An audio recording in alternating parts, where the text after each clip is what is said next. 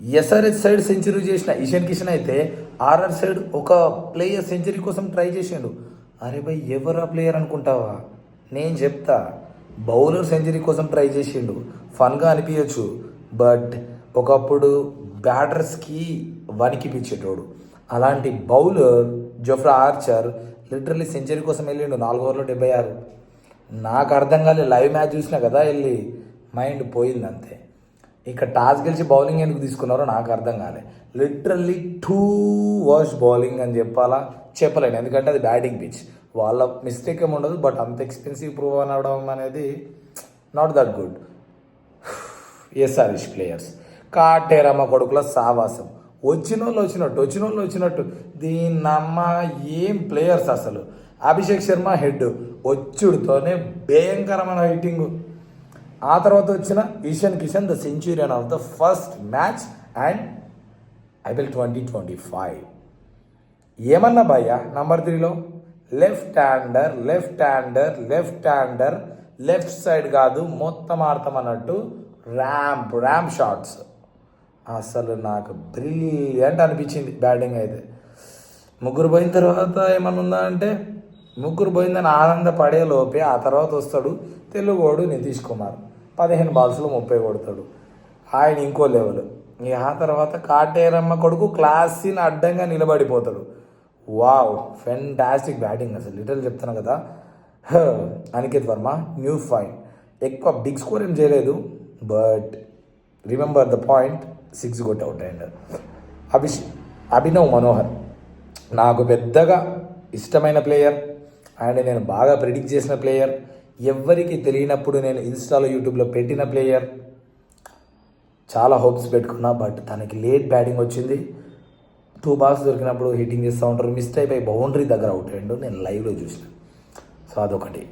ముందు బ్యాటింగ్ దొరికితే ఖచ్చితంగా ర్యాంప్ ఆడిస్తాడు, రాసి పెట్టుకోండి. అది ఎస్ఆర్హెచ్ బ్యాటింగ్ చూస్తే 286. అందరి బాధ ఏంట్రా అంటే ఒక్కటి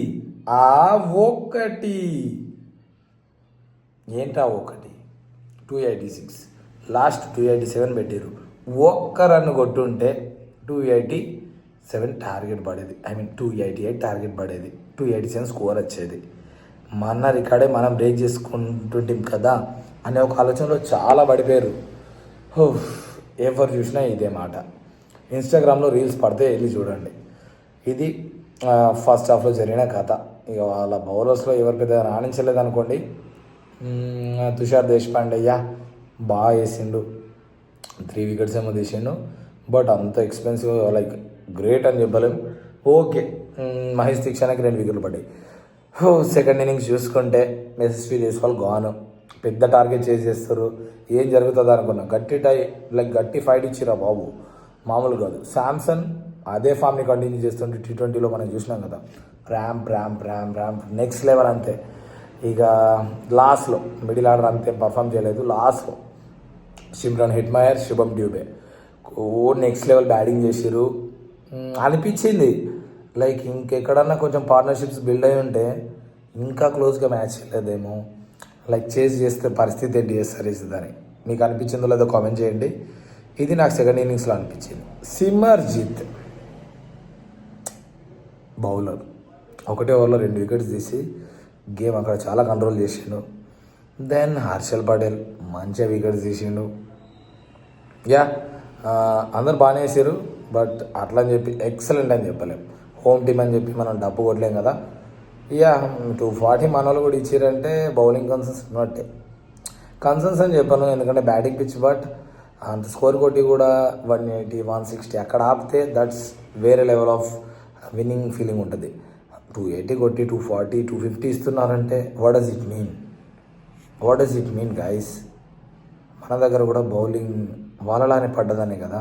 so we have to accept that. సో ఇది 2 ఇన్నింగ్స్లో ముచ్చట.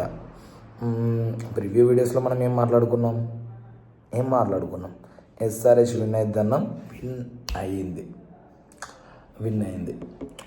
రైట్, అందరు ఎక్స్పెక్ట్ చేసినట్టే మనం కూడా అది ఎక్స్పెక్ట్ చేసినాం. అండ్ స్కోర్స్ ఆబ్వియస్లీ హైదరాబాద్ గవర్నర్ అంటే చాలా హెవీగా వస్తాయి అనుకున్నాం, అట్లనే వచ్చినాయి. సో రివ్యూ వీడియోస్ కూడా వెళ్తూ ఉన్నాయి కాబట్టి సపోర్ట్ చేయాలనుకునే వాళ్ళు ఒక లైక్ చేయండి. మీరు చేసేది ఏం లేదు, లైక్ కామెంట్, సబ్స్క్రైబ్ చేసుకుంటే చాలా కంటెంట్ వస్తుంది ఐపీఎల్ మొత్తం వరకు.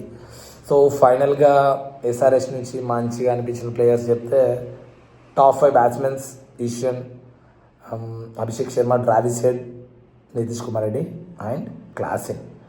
Fantastic performance. బౌలింగ్ విషయం చూస్తే ఎస్ఆర్హెచ్ నుండి Simarjeet, Harshal Patel and single wicket తీసిన వాళ్ళు వీళ్ళు బాగా పర్ఫామ్ చేశారు. ఆర్ఆర్ నుంచి చూసుకుంటే చాలా తక్కువ ఉన్నారు.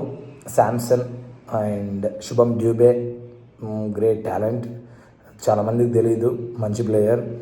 And Simran Hetmyer West Indies player అంటే తెలుసు కదా, ఊచకోతే ఉంటుంది, అట్లే ఆడిండు. సో ఇది 2 టీమ్స్కి సంబంధించిన బెస్ట్ ప్లేయర్స్ అని నాకు అనిపించింది. సో మీకు ఇంకెవరైనా బెస్ట్ అనిపించారు అనేది ఒకసారి చేయండి. అండ్ బౌలింగ్ నుంచి రాజస్థాన్ తుషార్ దేశపాండే ఒక్కడు బాగా చేశాడు. మహేష్ దీక్షణ కూడా ఓకే 2 వికెట్స్ తీసుకున్నాడు. సో ఇది ఓవరాల్ మ్యాచ్ రివ్యూ. ఆ వీడియో నచ్చిందో లేదో నాకు తెలియదు, మీరు లైక్స్ చేస్తేనే తెలుస్తుంది. ఓవరాల్ రివ్యూ అయితే ఇది. అండ్ వీడియోస్ బాగున్నాయా లేదా, మన అనాలిసిస్ ఎట్లుంది అనేది కామెంట్స్ చేయండి, సపోర్ట్ చేయండి. ఈ ఐపీఎల్లో ప్రతి అప్డేట్ ఇస్తూనే ఉంటా. ఇప్పటివరకు సపోర్ట్ చేస్తున్న ప్రతి ఒక్కరికి thank you so much. Thank you.